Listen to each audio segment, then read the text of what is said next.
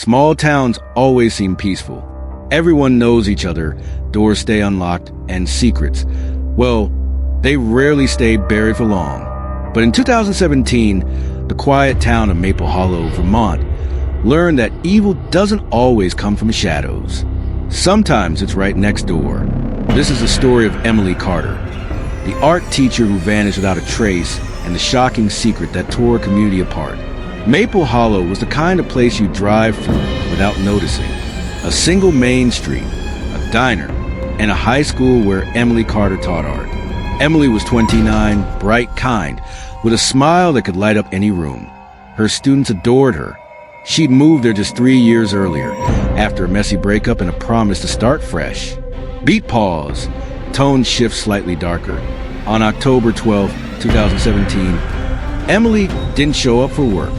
Her car was in the parking lot, and her phone went straight to voicemail. At first, people assumed she was sick, but by evening, her friends grew worried. Emily's neighbor, Tom Avery, reported that her front door was slightly open that morning. Inside, police found her keys on the counter, her phone charging, and her purse still on the kitchen table. It looked like she just stepped out and never came back. Detectives combed through her house. No sign of struggle, no forced entry, nothing stolen.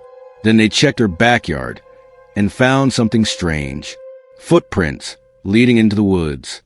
2 sets, one belonging to Emily, the other much larger. A search team scoured the forest for days. Dogs tracked her scent to the edge of the lake, and then it vanished. That's when the whispers began.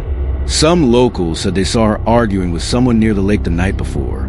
Others claimed she'd been acting strange, paranoid, maybe even scared. Police soon focused on one man, Mark Bennett, Emily's ex-boyfriend, who lived 2 towns over.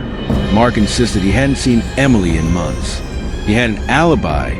He was at a work retreat the weekend she disappeared. But detectives weren't convinced. In Emily's journal, they found entries mentioning Mark.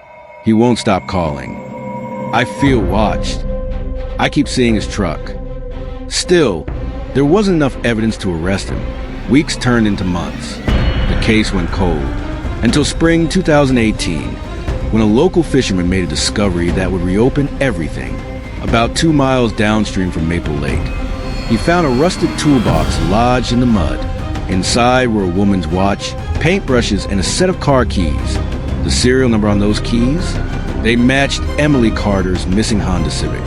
Forensics found faint traces of blood inside the toolbox, and DNA confirmed it belonged to Emily. But that wasn't the only DNA they found. There was another sample belonging to Tom Avery, the neighbor who'd reported her missing. Detectives brought Tom in for questioning. At first, he was calm, cooperative even. But when they showed him the DNA report, he froze. He claimed he'd found the toolbox while walking by the lake and moved it so kids wouldn't mess with it. But his story didn't add up. Surveillance footage showed his truck parked near the lake on the night Emily vanished. Confronted with the evidence, Tom broke down. He confessed that he'd been helping Emily, that she confided in him about being afraid of her ex. But his obsession grew darker. When she tried to distance herself, he snapped. On the night of October 11th, he went to her house under the pretense of checking on her. They argued, and in a moment of rage, he struck her, killing her instantly. He wrapped her body in a tarp, drove to the lake, and sank her car in the water. Months later, parts of the vehicle were found buried in silt, confirming his story.